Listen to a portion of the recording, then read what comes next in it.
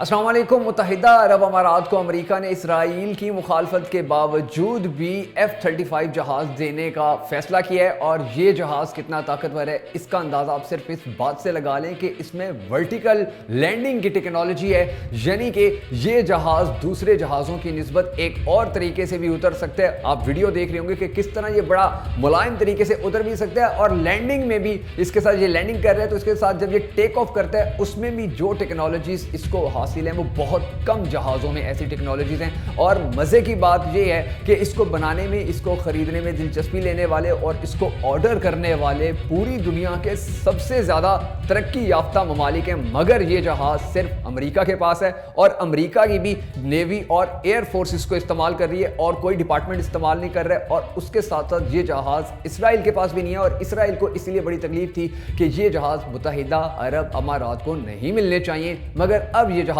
متحدہ عرب امارات کو مل رہے ہیں۔ اب آپ حیران ہو جائیں گے ناظرین اس امریکی فیصلے کے اوپر یہ سن کر کہ یہ جہاز لینے کے لیے کس کس ملک نے آرڈر کیا ہوا ہے، کون کون ملک ایسا ہے جو اس میں پارٹنرشپ کا کردار ادا کر چکا ہے، اور کتنی جدید دنیا اس جہاز کے ساتھ ان ٹچ ہے یا اس جہاز کو اپنانے کے لیے بے چین ہے۔ ان میں امریکہ ہے، کیونکہ یہ کمپنی ہی امریکہ کی ہے۔ مزے کی بات یہ ہے کہ یہ امریکن کمپنی ہے اور اس کا نام ہے لاک ہیڈ مارٹن، یہ یعنی کہ اسی جہاز کو یہ بنا رہی ہے، اس کے ساتھ کچھ پارٹنر بھی ہیں، اور اس کو آرڈر کیا ہوا ہے جس جدید دنیا نے۔ آپ ان ممالک کے نام سنیں کہ اٹلی ہے، فرانس ہے، اسرائیل ہے، کینیڈا ہے، جرمنی ہے، ساؤتھ کوریا ہے، انگلینڈ ہے، نیدرلینڈ ہے،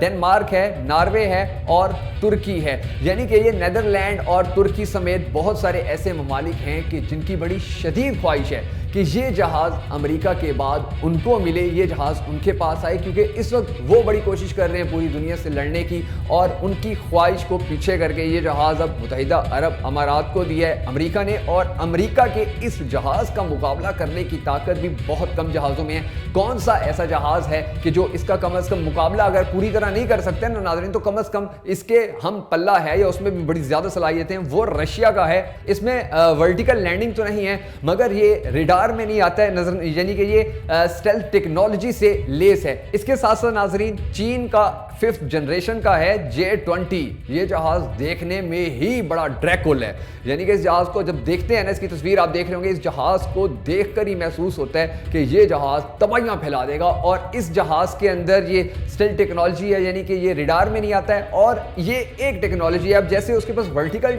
لینڈنگ کی ٹیکنالوجی ہے، یہ بہت کم جہازوں میں ہے، اور اس حساب سے یہ دونوں جہاز اس کا مقابلہ نہیں کر سکتے ہیں، لیکن بہت حد تک صلاحیت رکھتے ہیں۔ اور اسی کے ساتھ ساتھ یہ جہاز جو ہے F-35 یہ امریکہ کے پاس ہے، اور اب یہ متحدہ عرب امارات کے پاس ہوگا، تو خود سوچئے کہ ایک اسلامی ملک کے پاس کتنی بڑی طاقت آ رہی ہے اسرائیل کی مخالفت کے باوجود بھی۔ مگر افسوس یہ ہے کہ وہ اسلامی ملک اسلام سے بالکل کٹ چکا ہے، یعنی کہ اس نے اسرائیل کو تسلیم کر لیا ہے، اس نے اسلام کو پس پشت ڈال دیا ہے، اس نے مسلمانوں کی دشمنی کو پس پشت ڈال دیا ہے، اور اس کے بدلے میں اس کو کتنا بڑا تحفہ دیا گیا ہے۔ یہ ایک سبق ہے پوری امت مسلمہ کے لیے کہ اگر آپ اسلام سے ہٹ رہے ہو، اگر آپ اسلام کے خلاف جاؤ گے، اگر آپ امت مسلمہ کا جو اس کے زوال کا سبب بنو گے، تو آپ کو دنیاوی سطح پر اتنی بڑی بڑی آفرز کی جائیں گی، اتنی بڑی بڑی آپ کو ٹیکنالوجیز دی جائیں گی۔ یہ بیسیکلی تو مقصد تو یہی ہے نا کہ کسی نہ کسی طرح مسلمانوں کو دبا لیا جائے، مسلمانوں کا پیسہ اس طرح جہاز بیچ کے سارا اپنے پاس لے آئیں،